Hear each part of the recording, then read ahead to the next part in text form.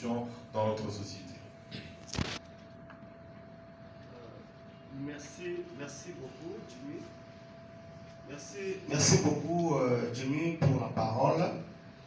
Et je voudrais encore réitérer le vœu de bonheur, de santé, de longévité, de mobilisation sociale pour lutter contre la corruption pour cette année.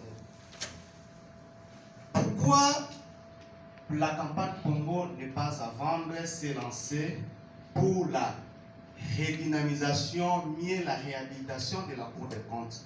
On ne peut pas prétendre lutter contre la corruption si les structures constitutionnelles, les structures structurelles étatiques instituées pour lutter contre cette corruption ne sont pas renforcées. C'est le cas de la Cour des comptes. Quel est le rôle de la Cour des comptes? La Cour des comptes a des attributions et des compétences très élargies et très étendues. D'ailleurs, la Cour des comptes est une institution spécialisée. Elle est spécialisée parce qu'elle a à son sein des juges et des magistrats formés, spécialisés pour la répression de la corruption, spécialisés pour traquer les corrupteurs. L'article 129 de la LOFIP, la loi sur les finances publiques, incrimine ce que nous appelons la faute de gestion. Dans la corruption au sein des institutions, l'argument développé par les juges ordinaires fait exonère certains décideurs parce qu'en fait, on n'accorde pas une attention particulière à la faute de gestion. La faute de gestion a un contenu très élargi et ne peuvent les décortiquer, poursuivre et éventuellement sanctionner les corrupteurs que des juges spécialisés. Mais qu'est-ce que nous avons constaté? Pour la Cour des comptes, d'abord, en ce qui concerne la ressource humaine, le président de la Cour des comptes qui est là, c'est un président intérimaire depuis près de 13 ans. Il est intérimaire depuis près de 13 ans. Nous avons constaté le non-renouvellement de la ressource humaine. Les fonctionnaires, les magistrats, les personnels qui sont là, la moyenne d'âge c'est 70 ans. 70 ans.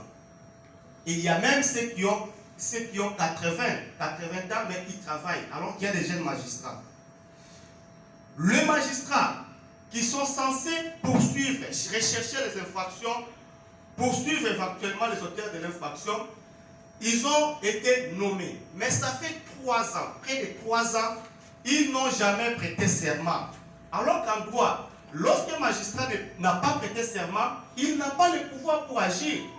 Il ne peut pas agir, même s'il prend l'infraction, il n'a pas ce pouvoir-là d'agir.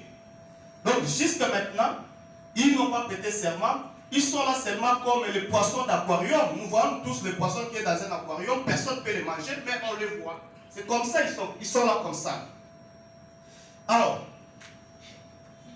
les personnels, même les dossiers qui sont là, je ne sais pas si vous avez déjà, il y a quelqu'un qui a déjà fait passer par là. Il y a vraiment un désordre terrible. Des dossiers, l'archivage et tout ça là, c'est compliqué. Du point de vue infrastructure, la Cour des comptes fonctionne et fonctionnait que juste par rapport à la générosité de certaines organisations internationales et de certains bailleurs de fonds. Alors que c'est une organisation, c'est une institution constitutionnellement établie et étatique. Le bâtiment a été réhabilité par PNUD. Le meuble et consort, tout ça, c'est le projet Profit Congo avec Coref. Les bâtiments, allez-y aujourd'hui voir, donc c'est un peu plus compliqué. Alors, du point de vue opérationnel, la conséquence, c'est que de tout ce que je viens de dire, la conséquence, c'est la faible action. Je dois vous dire aujourd'hui, la Cour des comptes, c'est l'un des rares cours qui n'a aucune jurisprudence. Donc aujourd'hui, alors que la jurisprudence dans notre système judiciaire, c'est une source de droit aussi, devant les juges, on peut évoquer la jurisprudence pour justifier une ou telle position. Mais la Cour des comptes n'a aucune jurisprudence parce qu'elle n'a pris aucun arrêt. Aucun arrêt. Depuis qu'il existe. Alors, la conséquence, c'est que aujourd'hui, la Cour des comptes est restée, comme on l'a dit et comme je dis toujours, un couteau qui ne sait pas couper la banane.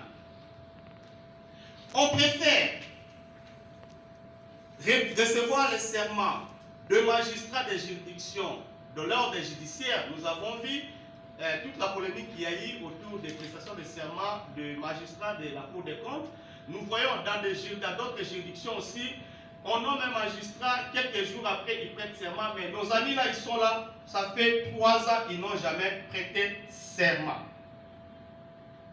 C'est un problème sérieux. Alors, nous avons dit, la lutte contre la corruption doit avoir un contenu. Et ce contenu-là, ce n'est pas une simple déclaration, ce n'est pas comme le vernis dans les ongles d'une jeune femme, il suffit de gratter pour découvrir la vraie couleur. Mais la lutte contre la corruption doit avoir un contenu. Et ce contenu-là, c'est réhabiliter la Cour des comptes. Parce que la Cour des comptes, c'est l'institution qui a d'abord le pouvoir d'avertir.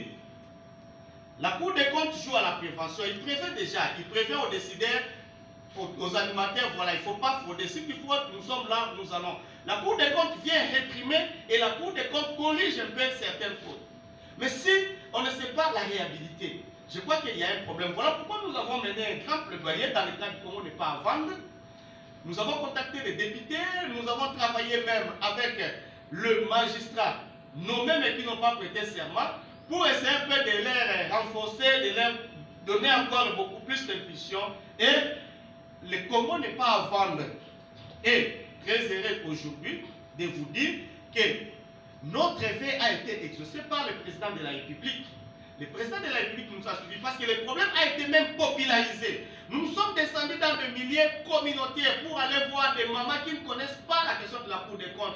Des personnes là vulnérables qui ne connaissent pas la Cour des comptes, mais qui sont en train de vivre au quotidien le méfait, la conséquence de la corruption. Nous leur avons présenté les problèmes. Le problème a été approprié et popularisé par la population.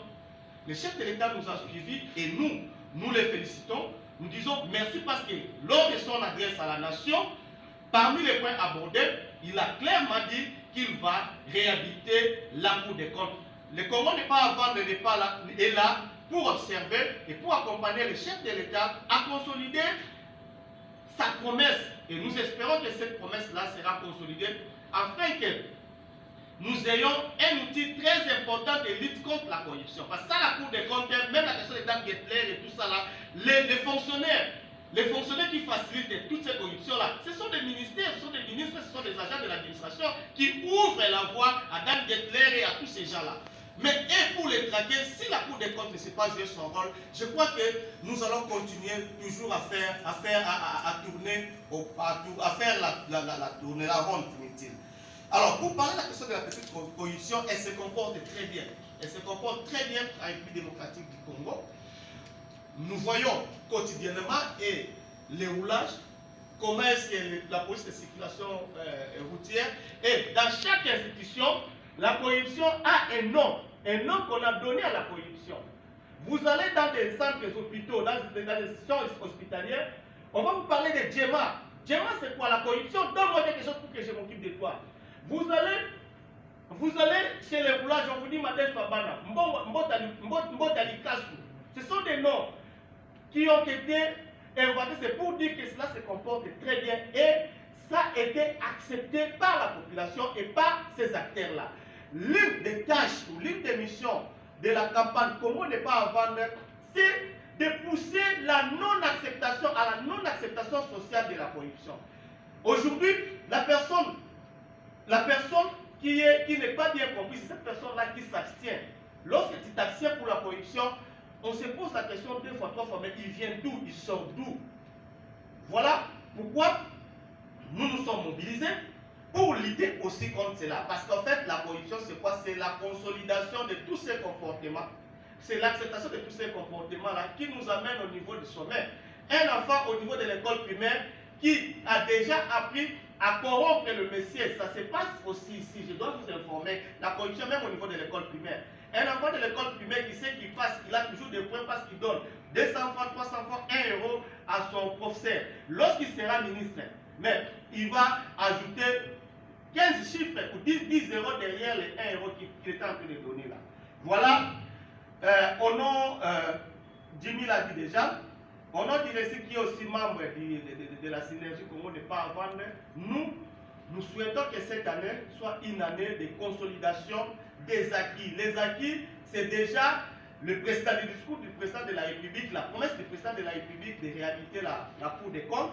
Et nous voulons encore que ce soit une année de mobilisation sociale, que la question de la corruption soit une question appropriée par toute la communauté pour que nous tous nous puissions consolider nos efforts et dire effectivement nous avons mis la question de la corruption derrière nous et j'ai dit. Merci beaucoup.